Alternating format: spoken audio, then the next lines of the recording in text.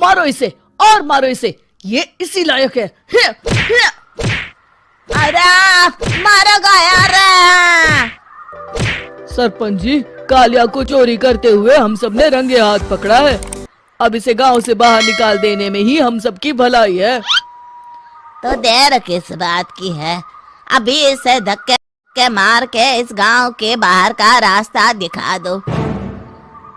अरे सरपंच ऐसा मत करिए, मुझे एक मौका और दीजिए, मैं दोबारा कभी चोरी नहीं करूंगा। लेकिन गांव वाले उसकी एक नहीं सुनते और उसे मार मार के गांव की सीमा के बाहर निकाल देते हैं। मेरी कमर दर्द के मारे मेरी जान निकली जा रही है। कमबख्तों ने जम के धुलाई की है मेरी। अरे भगवान करे इनके गांव में भूचाल आ जाए, धरती फट जाए और सब गांव वाले उसमें समा जाए। चलते चलते कालिया जंगल में पहुंच जाता है। उसे वहां एक प्रयोगशाला दिखाई देती है। अरे इस जंगल में ये अजीब सा दिखने वाला घर किसने बनाया है, चल कर देखना पड़ेगा। कालिया प्रयोगशाला के पास चला जाता है। दो वैज्ञानिक प्रयोगशाला में बातें कर रहे होते हैं। बधाई हो डॉक्टर चमन, आखिरकार हम दोनों ने मिलकर एक ऐसी घड़ी का आविष्कार कर लिया है जिसे पहनकर कोई भी इंसान गायब हो सकता है। हाँ, तुमने बिल्कुल सही कहा डॉक्टर जर्माटो। अब कल सुबह ही हम इस जंगल से निकल जाएंगे, लेकिन उससे पहले आज रात के खाने का बंदोबस्त करते हैं। हाँ, मुझे तो बड़ी जोरों से भूख लगी है, चलो चलते हैं। दोनों वैज्ञानिक वहां से चले जाते हैं। उनके जाते ही कालिया प्रयोगशाला में दाखिल होता है। अच्छा, तो ये बात है।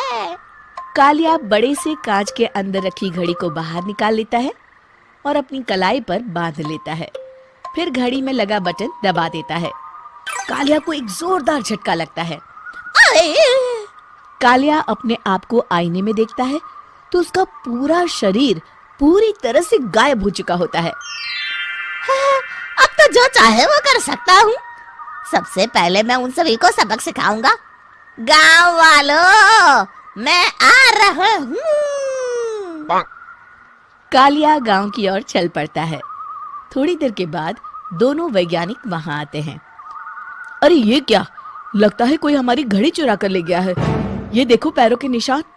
अब क्या होगा, अगर वो घड़ी किसी गलत हाथों में पड़ गई तो अनर्थ हो जाएगा। तुम चिंता मत करो, हमारी घड़ी में जो बैटरी लगी है ना, वो सिर्फ 24 घंटे चलेगी। उसके बाद वो घड़ी काम करना बंद कर देगी। उधर दूसरी तरफ गांव में सरपंच अपने घर में सो रहा होता है। तभी एक आहट से उसकी नींद खुल जाती है। अरे कौन है वहाँ? बड़े मजे से सो रहा है, आज मैं तुझे नहीं छोड़ूंगा। कालिया पास में पड़ा डंडा उठाकर सरपंच की पिटाई शुरू कर देता है।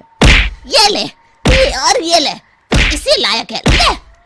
आप मर गए। अरे ये क्या हो रहा है? अरे कोई बचाओ मुझे, मेरे घर में भूत आ गया है। सही कहा, मैं भूत ही तो हूँ, ये ले। अरे भूत जी, मैंने आपका क्या बिगाड़ा है, मुझे छोड़ दीजिए। आपको क्या चाहिए? तेरे घर में जितना भी पैसा है ना, मुझे ला कर दे दे, तब मैं तुझे छोड़ दूंगा और यहाँ से चला जाऊंगा। सरपंच अपनी तिजोरी से पैसे निकालकर एक बड़े कपड़े में बांधकर जमीन पर रख देता है और कालिया वो सारा पैसा लेकर वहां से चला जाता है। दूसरी तरफ जमींदार गांव के चौराहे पर खड़ा कुछ लोगों से बात कर रहा होता है। इस कमीने जमींदार ने भी मुझे बहुत पीटा था, इससे भी बदला लेना तो बनता है। हाँ? जमींदार अचानक अपने आप को चांटे मारने लगता है। अरे भाई ये क्या हो रहा है? जमींदार साहब, अब ठीक तो है ना? अरे मुझे नहीं पता भाई।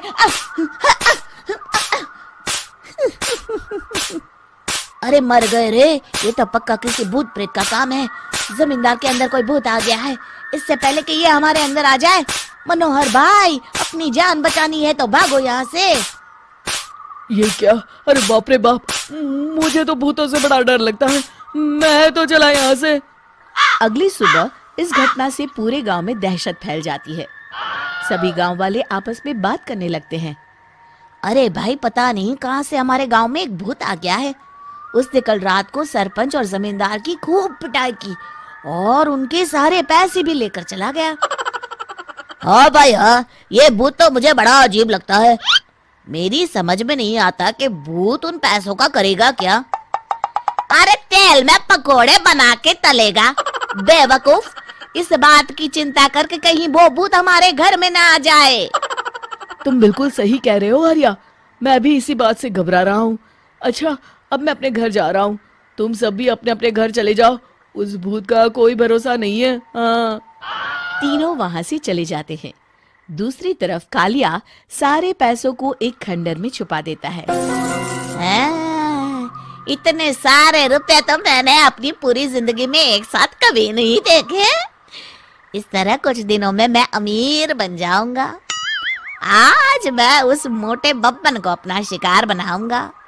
सुना है दहेज में बहुत सारे पैसे और गहने मिले हैं उसे। रात होते ही कालिया बब्बन के घर में घुस जाता है। हाँ, मिल गई तिजोरी।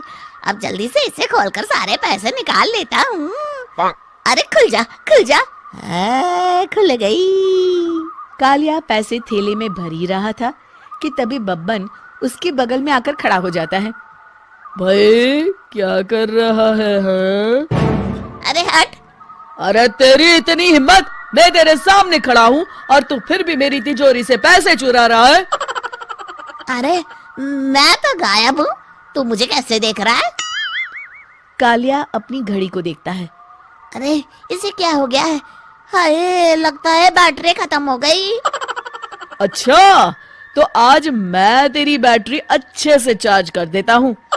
अरे भाग्यवान, जरा मेरा डंडा तो लाना। ये मोटा मुझे नहीं छोड़ेगा। अरे भागो। कालिया भागकर घर के बाहर जाता है। बाहर सभी गांव वाले हाथ में डंडा लिए खड़े होते हैं। अच्छा, तो तू वो भूत है? मुझे माफ कर दीजिए सरपंच जी, मैं आपके और जमींदार जी के सारे पैसे लौटा दूंगा और आज ही हमेशा के लिए ये गांव छोड़कर चला जाऊंगा। शिक्षा: बुराई ज्यादा दिन की मेहमान नहीं होती, एक दिन उसका अंत हो ही जाता है।